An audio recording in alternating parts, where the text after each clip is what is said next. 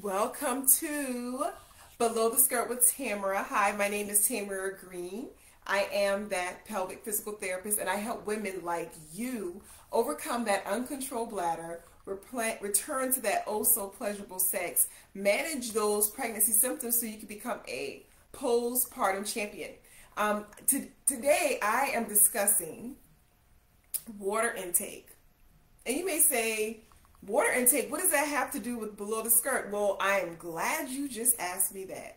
Now, how much water are you intaking every day? Now, I'm not talking about just water. I'm talking specifically about water. I'm not talking about sodas, teas, Kool-Aids, juices. How much water are you intaking a day? You may say, well, I don't like to drink a lot of water. I was once you. I was once that person. But why is it important to have water? Now, let's think about it. When you're thirsty, what do you want to do? You want to drink. But by the time you get to that point where you are too thirsty that you want to drink, you're long overdue for drinking. Now, how much water should you be intaking on a daily basis? That could be, or not could be, you should be consuming at least half of your body weight, half to two-thirds of your body weight. So you take your number, multiply by 50% or 75%, and that's what you have. So if I weigh $145, I should be taking on average about 70 ounces of water. It's about 4 or 5 of these bad boys right here.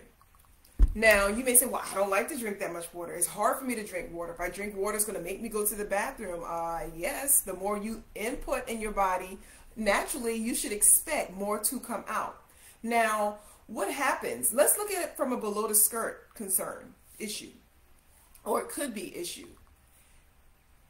If I'm not necessarily drinking enough, what's happening? My body is getting dehydrated.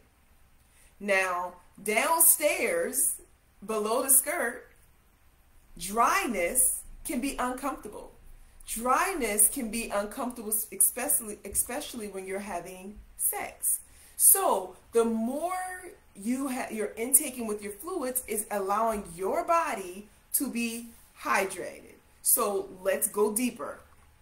Sex sometimes can be not as uncomfortable. It shouldn't be uncomfortable. But if you are not drinking as much, you're not going to be hydrated. Hydration allows dryness. So good fluid intake will allow for that. Now, yes, we know it's going to help out making sure those kidneys are functioning. They're not dealing with things they shouldn't have to do. Yes, there's a whole medical standpoint. But from a below the skirt standpoint, hey, that comes along with it as well. Now you may say, okay, well, I have difficulty. So yes, now we know what problems it can cause. It can affect the kidneys, it can affect below the skirt. But then it's like, well, what can I do to help make sure? And I know just as us as women, we are so busy. I know for me at work, it's hard for me to drink water. So I always keep a bottle of water sitting on my desk, or I have some type of container that's measuring like, hey, you are almost there. You are halfway there. It's doing what it needs to do. So I think the biggest thing is you sometimes out of sight, out of mind if you're someone who does not like to drink a lot. Keeping it right there in front of you so you can then make sure you're getting it down.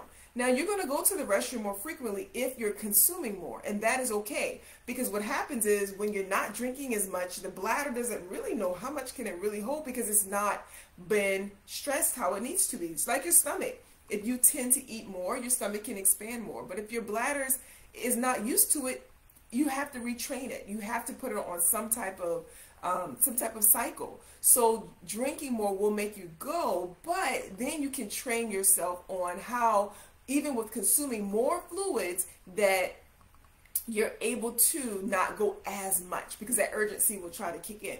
So it is very important, ladies, that you drink plenty of water. Sometimes it's not what you see how water affects you, it's what you feel what can affect you. So chug a lug. See you next Tuesday.